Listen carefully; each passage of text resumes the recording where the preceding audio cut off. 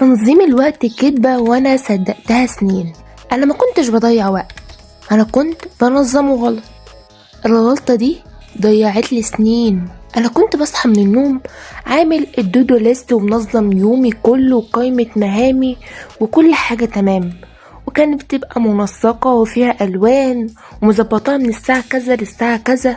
برضو اليوم كان بيخلص وانا مش فاهمة انا رايحة على فين. بقعد طول اليوم مش فاضية، بس مفيش حاجة حقيقية خلصت فعلا. ولو حد سألني انت مشغولة بقوله طبعا، بس الحقيقة انا كنت تايهة مش مشغولة. والمشكلة اننا انضحك علينا وقالولنا نظم وقتك ورتب يومك والتزم بالخطة، بس محدش قال لو حياتك نفسها متلخبطة الوقت مش هيتنظم.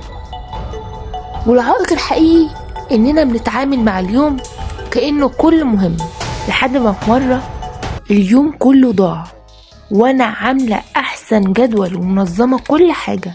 ساعتها سألت نفسي سؤال واحد بس: هو انا محتاجة انظم وقتي ولا محتاجة اختار ايه اللي يستاهل وقتي؟ مشكلتنا مش في الوقت، مشكلتنا في الاختيار. من هنا اخدت قرار صادم، بطلت انظم اليوم وبدأت اختار معركة واحدة بس في اليوم.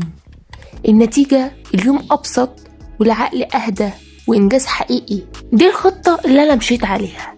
1. قانون المعركة الواحدة. كل يوم بيبقى فيه حاجة واحدة بس في اليوم، لو خلصتها يبقى اليوم بتاعي كسبان واديله 10 من 10. 2.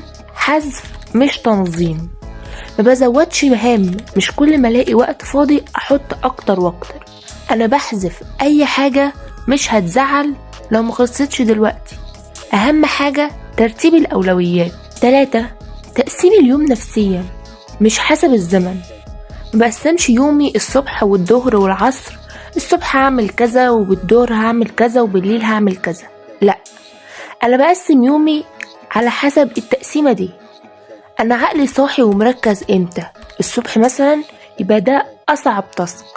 عقلي تعبان ومش قادر اركز بيكون بعد الظهر، يبقى ناخد ريست ونعيد شحن طاقتنا تاني. عقلي مثلا صاحي نص نص على المغرب، يبقى هنا ناخد تاسك سهل. وما بين كل تاسك وتاسك لازم يكون في وقت ريست، وفي الوقت الريست ده اهم من وقت التاسك نفسه، لان احنا بنعيد شحن الطاقة.